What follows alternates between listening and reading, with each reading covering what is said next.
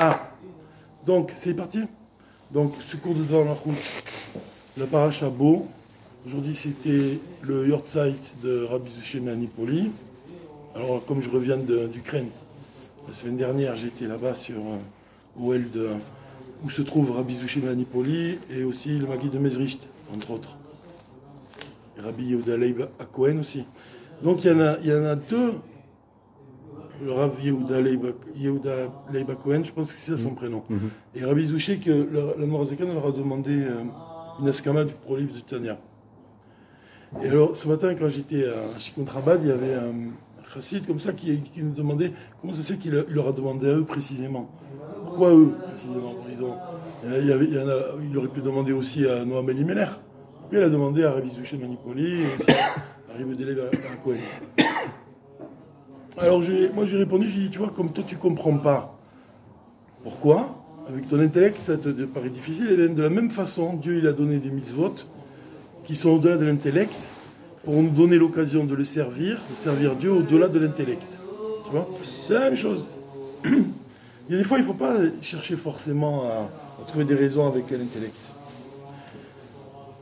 Et il y a une histoire pour le Rabbi Zuché Manipoli. Il y a une fois où le Morazakan il étudiait en Chavruta avec le fils du Maguid de Mezrich, c'est Avram, à Malach, l'ange. Et ils étudiaient tous les deux, ensemble. Avram à Malach, il lui enseignait la Chassidoute, et le Morazakan lui enseignait la partie révélée de la Torah. Et c'était un de ces jours-là où ils étudiaient ensemble la Gemara, ils avaient une coucha, une difficulté sur un problème. Et ils n'arrivaient pas à trouver. Alors imagine, le Morazakan, c'est un génie de la Torah. Il a écrit le Shulchan Aruch. Comment le Morazakan, il ne comprenait pas le sujet en particulier, il avait une coucha. Et Avram Amalar aussi, ils n'arrivaient pas, ils butaient sur un passage. Et arrive Rabbi Zuché et il leur demande, qu'est-ce qu'il y a? Il y a quelque chose que vous ne comprenez pas? Alors, ils étaient un peu comme ça, ils ont dit, gênés, tu vois, ils disent, oui, on a une question ici. Rabbi Zuché, qu'est-ce qu'il a fait? Il s'est mis comme ça, et puis il a commencé à fermer les yeux, à s'endormir un peu, et il a demandé à Hachem, s'il te plaît Hachem, donne-moi la réponse de leur coucha. Et il s'est endormi, et quand il s'est réveillé, Dieu il lui a donné dans son sommeil la réponse. Et il leur a expliqué le passage qu'il ne comprenait pas. Puis ça c'était Rabbi Zuché.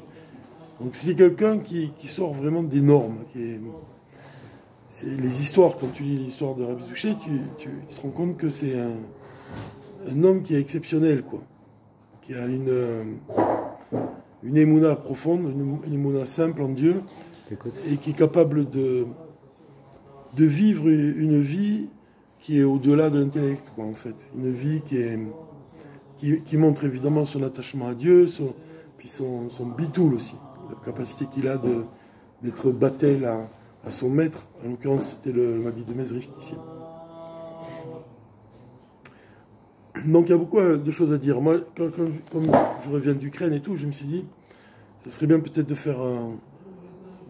parler pendant ce cours-là que de la Morazaken, ou de Baal Shem Tov, ou de parler de tous ces tzadikim d'Ukraine.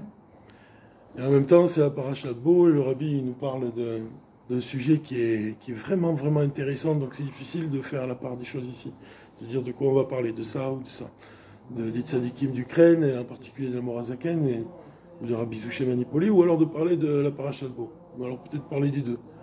Pourquoi c'est vraiment intéressant la paracha de cette semaine? Pourquoi le Rabbi il nous donne un enseignement, la base du Dvar Malchut? Pourquoi c'est intéressant?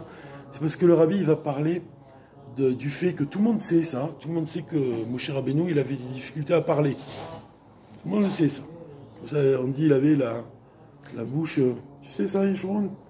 On dit qu'il était bègue. Il était un bégaiement, tu vois. Il n'arrivait pas à parler facilement. Les gam-gam. Il avait la bouche lourde. Lourde. Ouais. Oui, on dit la bouche lourde. Il avait des difficultés à parler. Et donc, même si tu lis dans le verset lui-même, de la paracha Shmot, déjà, quand Dieu il lui dit, voilà, comment Moshe il dit à Dieu, Il dit, je t'en prie, mon maître, il dit, je ne suis pas doué pour la parole,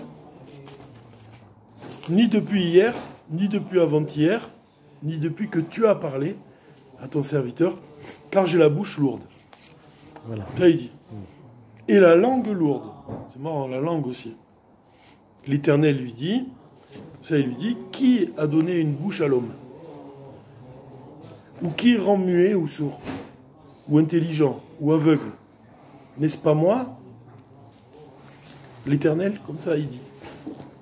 Dieu il dit, oh, qui c'est qui a donné la force de la parole à l'homme? C'est moi. Qui c'est qui donne la possibilité à l'homme de voir ou de ne pas voir, de savoir parler ou de ne pas parler? C'est moi. Ça, il répond, Dieu.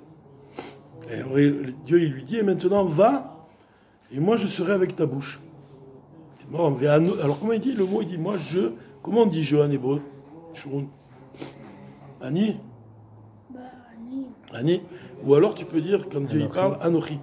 Là, il dit Anochi. Et moi, je serai avec ta bouche.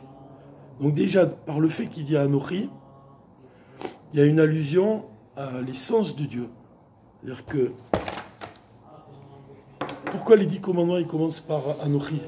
Le Rabbi a une sikha du Rabbi. Pourquoi les commandements, les 10 commandements, ils commencent pas par Je suis l'Éternel, Ani? Pourquoi il ne dit pas Ani? Hachem, il dit Anochi. C'est pour te dire que, en fait, comment il commence les 10 commandements? Il ne commence pas par Je suis l'Éternel qui a créé le monde. Il commence par quoi? Il dit Je suis l'Éternel qui t'ai fait sortir du pays d'Égypte. Mais le fait qu'il dit Anochi, ça vient te dire que qu'est-ce qui t'a sorti d'Égypte? C'est l'essence de Dieu. C'est Dieu lui-même qui t'a sorti d'Égypte. Alors que quand la Torah commence par Bereshit bara Elohim, que Dieu il a créé au commencement la terre, c'est Elohim qui a créé. Donc Elohim, c'est un niveau qui est inférieur à celui d'Anochi. Et c'est pour ça que la Torah, les 10 commandements, ils commencent par « Je suis l'Éternel qui t'ai fait sortir d'Égypte ». Parce que la sortie d'Égypte, elle est plus élevée, c'est un dévoilement de Dieu plus élevé que la création du monde. Parce que dans le cas de la sortie d'Égypte, c'est Anochi, c'est l'essence de Dieu qui nous a sortis d'Égypte. Alors que quand Dieu il a créé le monde, c'est juste un reflet de son essence qui a créé le monde. C'est pas... D'ailleurs, on voit bien, dans le monde, on ne voit pas l'essence de Dieu, on ne perçoit pas l'essence de Dieu. Alors que quand Dieu il a sorti les enfants d'Israël d'Égypte, le peuple d'Israël, il a vu le divin. Et donc c'est pour ça, le Rabbi nous enseigne que c'est pour ça que la Torah, les 10 commandements de la Torah, ils commencent par la sortie d'Égypte. Et le mot Anochi, il désigne un niveau de Dieu qui est lié à l'essence de Dieu. C'est plus élevé que même Havayé, que même Elohim, qu'El Shaddai. Anochi, c'est un nom qui n'est pas saint, dans le sens où, quand tu écris un Sefer Torah, tu dois dire Areni Kotev Leshem Kedushat Hashem, j'écris au nom de la sanctifie, je sanctifie le nom de Dieu, avant d'écrire le Shem Havayé, avant d'écrire le nom d'Havayé ou le nom d'Elohim. Mais quand tu écris le mot Anochi, tu ne dois pas dire ça. C'est un nom qui est profane. Mais parce qu'il est profane, justement, Morazaken, il vient t'enseigner que c'est parce qu'il désigne l'essence de Dieu. De la même façon, il y a un autre exemple qui est donné dans la Torah, c'est celui de la Megillah d'Esther. Quand on dit dans la Megillah d'Esther Améler, c'est pas un nom de Dieu, mais pourtant ça désigne l'essence de Dieu. Donc c'est derrière le profane se cache le niveau le plus élevé finalement. Dans la Megillah d'Esther, c'est que ça, puisque tout est caché, il n'y a jamais le nom de Dieu. Voilà, mais il n'y a jamais le nom de Dieu, mais il y a l'essence de Dieu. Il y a le même principe dans la paracha Ve'ata Tetzavé, quand Dieu il dit à Moshe Rabbeinu, Ve'ata Tetzavé, et tu ordonneras aux enfants d'Israël, et tu diras, et tu feras. Il dit jamais Moshe. Il dit jamais Moshe. Pourquoi? Parce que Ata, c'est plus élevé que Moshe. Parce que Ata, quand il dit Ata, ça désigne l'essence de Moshe. Tu vois? Donc ça c'est très important parce que l'enseignement... Alors que son nom ne dessine pas son essence. Voilà, c'est juste un reflet. Attention, c'est un reflet qui est important. Ouais. C'est un reflet que le prénom que Dieu il va donner à un juif. Pourtant on insiste sur l'importance du nom. Ce qui est important, c'est Dieu qui donne Ruach HaKodesh. Il insuffle aux parents le nom, le prénom. Ça veut dire que le nom il est lié à l'essence de l'âme. Mais c'est un simple reflet malgré tout. Alors que quand il dit Ata, il s'adresse à l'essence vraiment de la personne, à la nature de l'homme. C'est Dafka la paracha où le nom de Moshe a été effacé parce qu'il a dit efface-moi. Ouais, exactement. Donc c'est-à-dire que le bitoul Hachem, c'est ce qui permet de. C'est la plus grande valeur en fait. Le bitoul pour Hachem, Ouais. c'est la plus grande valeur qu'un homme il puisse atteindre. C'est mieux qu'un bon nom quoi. Ouais. C'est l'essence de l'âme. Ouais. Atta. Comme un ouvrier. Quand il dit Miam Ineni, me voici, il y a un peu aussi de ça. Quand il dit me voici, me. Et là, c'est tout mon être, il est devant toi. Alors, quand il dit ici à Anochi, moi je serai avec ta bouche, tu peux comprendre ici déjà l'allusion. C'est-à-dire que l'essence de Dieu, Anochi, si Dieu il révèle son essence dans l'âme de l'homme, alors il peut parler. Tu vois? Si tu révèles qu'un niveau de l'âme qui est inférieur à l'essence et donc qui est limité, effectivement, dans l'enchaînement des mondes, dans le monde tel qu'il est, dans la réalité telle qu'on la vit, alors c'est limité malgré tout. Alors tu vois que l'homme, il a des limites. Et tu vois que Moshe, il n'arrive pas à parler. Mais si tu te situes à un niveau supérieur à l'enchaînement des mondes, si tu dévoiles l'essence, alors à ce moment-là, tout est possible. Il peut rendre la vue aux aveugles, il peut rendre la parole à celui qui est muet, et celui qui bégaye, il va pouvoir parler.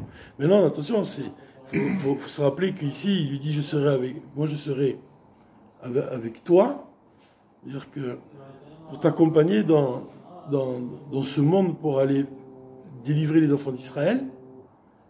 Alors, qu'est-ce qu'il dit? Et je t'enseignerai ce que tu diras. L'essence, elle a le pouvoir vraiment de révéler les forces les plus profondes. Il dit, Moshe, s'il te plaît, mon maître, envoie, je t'en prie, par qui tu voudras envoyer. Ça veut dire, c'est quoi? Beya tishlach. Le rabbi l'explique, ça veut dire, envoie le Mashiach. Il lui dit, de toute façon, c'est pas moi qui vais délivrer les enfants d'Israël. En fin de compte, la Géoula, vraiment, c'est le Mashiach. Alors envoie-le.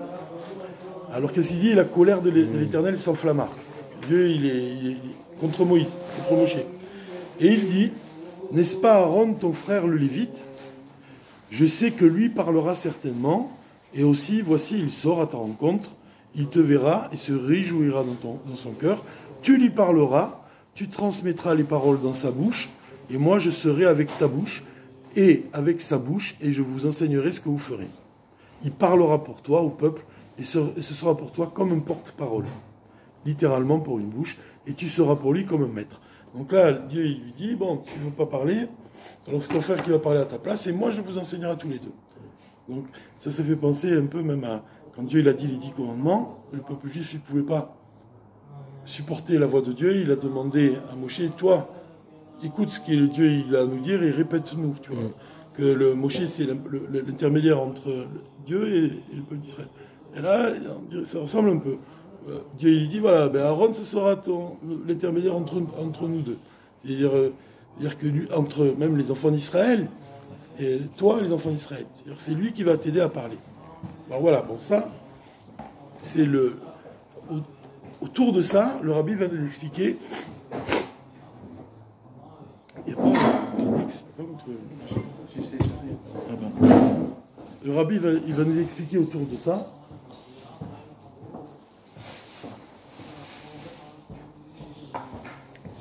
Tout le Dvar Malchut, il tourne autour de cette idée-là. Qu'est-ce que ça signifie de manière profonde que Moshe il n'arrive pas à parler? C'est ça le sujet ici. Qu'est-ce que ça signifie? De manière, tu vois, profonde.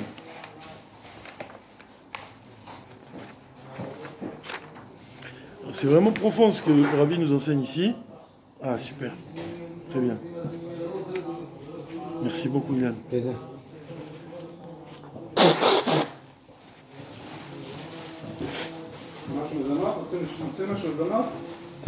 Comme vous voulez. Alors qu'est-ce que ça signifie? Regarde, si on va voir dans les mots, parce que là c'est vraiment intéressant d'écouter ce que le rabbi dit dans les mots. Moshe Ayak avait de paix. Moshe il avait des difficultés, il avait la bouche lourde, il n'arrivait pas à parler. Qui shorshon mitou.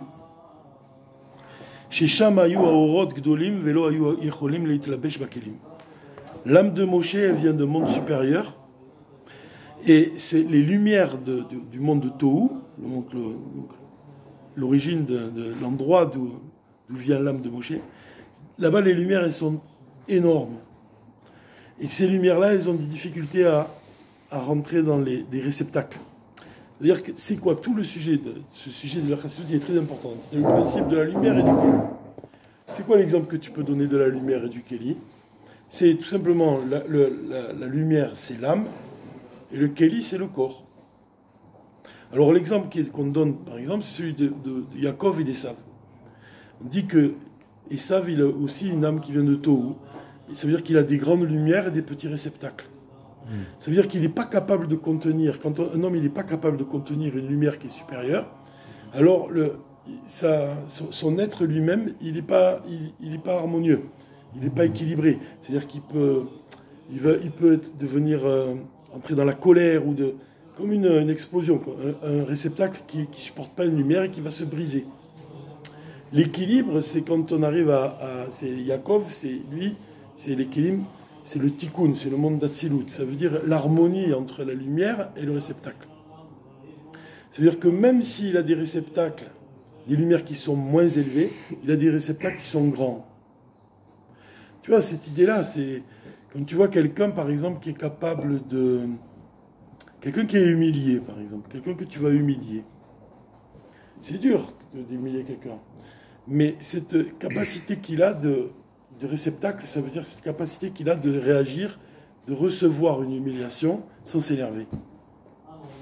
C'est-à-dire qu'il a un réceptacle, il est lui-même, il est capable de recevoir les choses et d'avoir toujours une réflexion qui l'amène toujours à garder son calme, à réagir froidement par rapport à un événement. Alors que quelqu'un qui a des petits réceptacles, il va tout de suite exploser. Tu vois ? C'est la différence entre Yaakov et Esav. Et là, ici, c'est ce que le rabbi nous enseigne aussi de Moshe, c'est qu'il a des lumières tellement grandes qu'il n'arrive pas à les transmettre. La bouche, elle correspond à quoi dans l'enchaînement des mondes? C'est la séphira de Malchut. C'est quoi la séphira de Malchut? C'est le souffle de Dieu. Dieu, il crée les mondes au moyen de sa parole. Ruach Piv, le souffle de sa bouche. C'est-à-dire que quand il parle, et qu'il dit les 10 Mahamarot, Bereshit bara Elohim et Hashem, il crée le corps de ce monde. Et quand il dit les 10 commandements, il crée la Ruchaniut, le spirituel qui est dans ce monde. Les deux ensemble, il dit. Donc tu vois, il crée l'âme et le corps. Et il insuffle dans le corps de ce monde une âme spirituelle, sa volonté qui est exprimée dans les 10 commandements. Donc tu vois que Malchut, à partir de Malchut, il crée l'espace physique, l'espace et le temps, et même sa parole, ses 10 commandements, sa Torah, il l'exprime au moyen de sa bouche. Donc tu vois que Malchut, la bouche, on dit, dans la Chassidut, on appelle ça la bouche de l'Éternel, le souffle de Dieu, le souffle divin. Et chez l'homme, c'est la même chose. Malchut, ça correspond à la parole. Donc tu vois que chez Moshe, qu'est-ce qui précède la parole? C'est la pensée. Chez Moshe, il a des pensées, il a une lumière qui est très élevée. Elle est tellement élevée qu'il a du mal à la transmettre, à l'exprimer.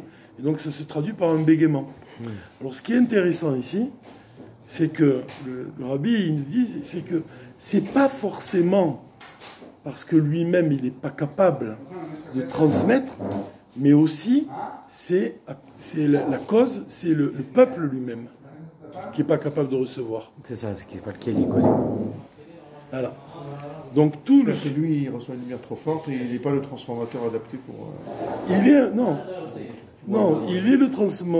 est adapté pour le transmettre, mais le fait qu'il n'arrive pas à le transmettre, c'est pas forcément à cause de lui, c'est à cause d'eux qui n'est pas capable de recevoir. Qui ne sont pas capables de recevoir. D'accord, puisqu'on voit que c'est son inquiétude, il va dire sous quel nom je me présente à eux. Ouais, exactement. Lui, il n'a pas vraiment de doute. Mais il demande sous quel nom pour ceux qui vont lui demander. Donc on voit que c'est quand même... On voit que, en fait, même quand le rabbi il a dit une fois, qu'il n'avait pas de chassidim. Et une fois, il a reçu un Yechidout, il a reçu, je crois que c'est le Rav Nissan, qui était le mashpia de la yeshiva de Brunois, en France. Et quand il est sorti, le Rav Nissan, il pleurait. On lui a demandé pourquoi il pleurait. Il leur a dit, le Ravi vient de me dire qu'il demandait à ses chassidim que 10% de ce que, en réalité, il aimerait leur demander. Il ne pouvait pas demander à ses chassidim ce qu'il voulait réellement. Il savait qu'ils n'étaient pas capables de le réaliser, donc il leur donnait qu'un reflet de tout ce qu'il espérait, en fait. Donc c'est exactement lié ici. C'est-à-dire que Moshe, il est capable de transmettre. Mais son bégaiement, nous-mêmes, on est responsable de son bégaiement, finalement. Alors, ce qui est intéressant dans le Malchut, c'est que le Rabbi il va comparer le Moshe au Rabbi Rayatz. Et il va dire que à la fin de sa vie sur Terre, le Rabbi Rayatz, il n'arrivait plus à parler. De la même façon. Alors il dit, comme ça, pourquoi il n'arrivait pas à parler? C'était parce que le monde lui-même, il n'était pas encore arrivé à un stade où il était capable de recevoir sa parole. Mais après lui, le monde il a avancé, le monde s'est raffiné encore plus. Donc aujourd'hui, nous-mêmes, notre génération, on doit faire ce tikkun-là. Et on doit dévoiler la parole du Rabbi Rayatz aujourd'hui. C'est ce qu'il nous demande lui-même, le Rabbi Rayatz, on est capable on est capable d'accomplir ce qu'il n'a pas dit. C'est l'idée du Malchut ici. Alors toujours dans les mots. Chez Lo Ayayechol et Ashpia, Moshe ne pouvait pas influencer, hors circlon, la lumière, donner la lumière de son intellect, les torts qu'Eli a fait dans sa bouche. C'est-à-dire quand tu as la lumière du cerveau, elle n'arrive pas à descendre dans la bouche. Mais la reine a marché, c'est pour ça qu'il a dit à Dieu, envoie le Mashiach à ma place. C'est l'allusion qu'il lui donnait. Mashiach Tzidkeinu. C'est-à-dire quelqu'un qui vient de Olam HaTikun. Comme je vous ai expliqué. Lui-même, il vient du Olam HaTohu, c'est des grandes lumières et des petits réceptacles. Il dit envoie quelqu'un du Olam HaTikun, c'est-à-dire là où il y a peut-être des lumières moins élevées, mais des grands réceptacles. Quelqu'un qui a cette force de transmettre. Boa Kelim et Rubim, les Achil Aorot. Là-bas, il y a des Kelim qui sont nombreux pour contenir les lumières. Il faut être, d'ailleurs, tu vois, déjà tu vois ici que il y a ce sujet-là qui est important, c'est que tu dois devenir un réceptacle. Toute notre vie, un chassid doit devenir un réceptacle. Comme c'est raconté qu'un chassid, avant de rentrer en Yechidout avec l'Admor Azaken, il avait attendu 7 ans, je crois, non 7 ans. Et on explique que, il me semble, que les 7 années, le Rabbi explique que c'est les 7 midot. Pour se préparer, il a dû raffiner les 7 midot. Et même il y avait 3 ans aussi supplémentaires. 3 ans pour intégrer ensuite ce qu'il avait appris en Yechidout avec le Morazaken. Il a fallu 3 ans de plus pour l'appliquer. Mais l'idée des 7 midot, c'est le sujet de là, on arrive aux 70 ans de la Nessiout du Rabbi. Et les 70 ans, le Rabbi il dit dans le Dvar Malchut de la semaine dernière ou de la semaine d'avant, il explique dans Vayechi, il dit que, c'est dans Vayera, il explique que il faut 70 ans dans la vie d'un homme, il faut 70 années pour pour réparer les 7 midot qu'il a. C'est son âme animale. Et à partir du moment où tu répares les 7 midot de l'âme animale, tu accèdes à la vision du divin. En hébreu, tu dis Riyat Elokut, de voir le divin. C'est-à-dire que quand tu parviens à raffiner ton âme animale, le voile, tu déchires le voile qui t'empêche de voir le divin. Alors si tu suis ce raisonnement, tu te rends compte que si on arrive aux 70 ans de la Nessiout du Rabbi, on est peut-être arrivé maintenant à dévoiler le Mashiach. Ça veut dire quoi qu'aujourd'hui on est capable de percevoir cette lumière? Oui, de voir le Mashiach. Alors qu'avant, on n'était pas... Ça, c'est sous forme d'un ridouche que j'ai dit ça. Je ne le dis pas. La Nessiout, ça se traduit comment? 70 ans. Non, mais je veux dire, ça fait 70 ans quoi, il a été intronisé Ouais, pour être le rabbi. voilà, Ah d'accord, qu'il a pris la fonction de rabbi. Voilà. C'était il y a 70 ans. c'est ça. Quelle date ce sera? C'était le Yud Shvat. Ce sera Yud Shvat. Voilà, Ah, ce d'accord. Yud Shvat, c'est une date, ce Yud Shvat, ça serait vraiment pas étonnant qu'on voit le Mashiach, ce Yud Shvat. Amen. Parce que si tu dis qu'il faut 70 ans pour accéder à la vision du divin, alors Shimshon Ben Amou, il m'a dit que quand j'ai écrit cet article-là dessus, il m'a envoyé un article, une réponse comme ça, il m'a dit, mais ça m'a fait penser que peut-être les 70 ans, il a fallu 7 générations de rabbis aussi, pour arriver à Malchut, à la royauté du Mashiach. Donc tu vois, le rabbi dit qu'il faut 70 ans pour raffiner les 7 midot de l'âme animale, et Shimshon Ben Amou, il me dit, c'est peut-être aussi, il faut 70 ans avec au moyen des 7 générations. Et tu peux dire aussi, moi ce que j'ai pensé, c'était tu peux dire 70 ans pour faire le tikkun des 7 jours, des 6 jours de la création et du 7e jour du Shabbat, pour arriver vraiment au dévoilement du Mashiach. Donc qu'est-ce qui est important ici? C'est que quand tu parviens à dévoiler, à transformer l'âme animale, vraiment la transformer de manière à ce qu'elle ne soit plus un écran. L'âme divine, elle s'habille dans le corps. Le corps, c'est l'âme animale. Donc l'âme divine, elle s'habille dans l'âme animale. Donc l'âme animale, ça devient un écran, une prison, des barreaux qui empêchent l'âme divine de s'exprimer totalement dans le corps. Mais à partir du moment où l'âme animale, tu la transformes en divin, l'âme divine, c'est là qu'elle peut voir vraiment. Avec la force de l'âme animale en plus.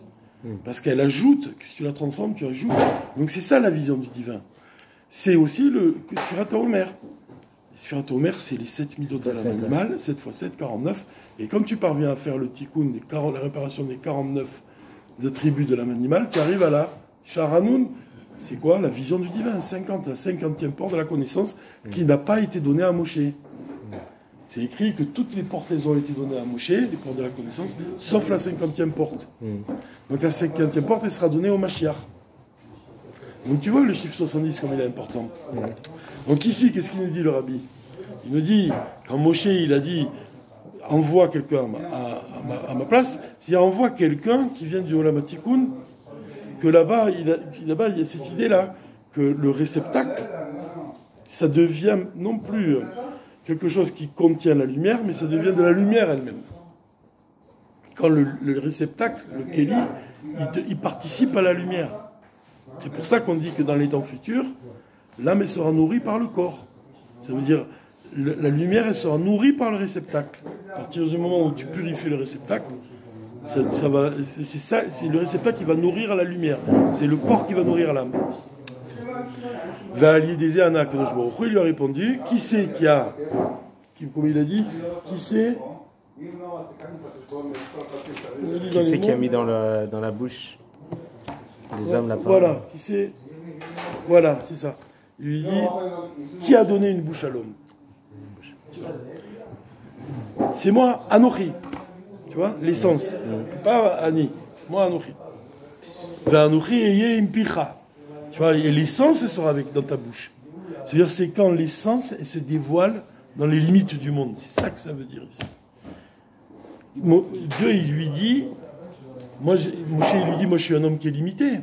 Mais Dieu, il lui répond, non, moi, je suis capable de mettre dans l'illimité, dans les limites, l'illimité.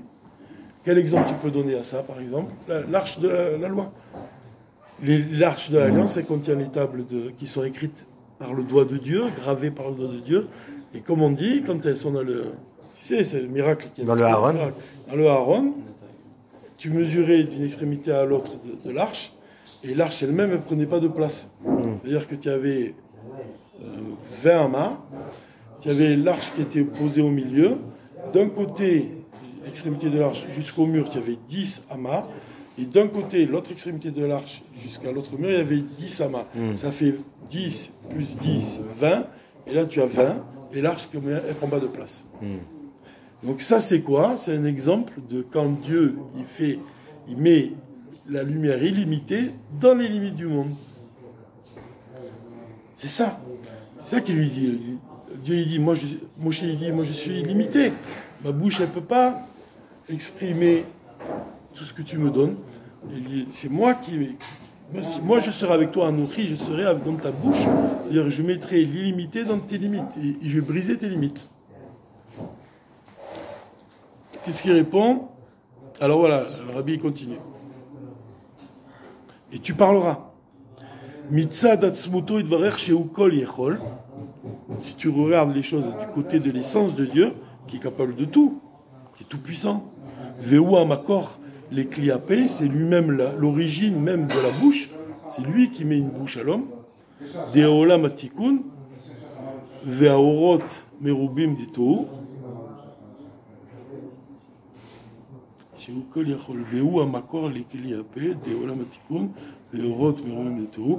lui qui est à l'origine de tout l'enchaînement des mondes. C'est-à-dire c'est Dieu qui est à l'origine des lumières les plus élevées, et c'est lui qui est à l'origine aussi des mondes qui sont plus inférieurs. Où il peut agir de manière à ce que Begalout Misraim, dans l'exil de l'Égypte, l'exil de l'Égypte, c'est aussi l'exil de la bouche, qui n'est pas capable de parler.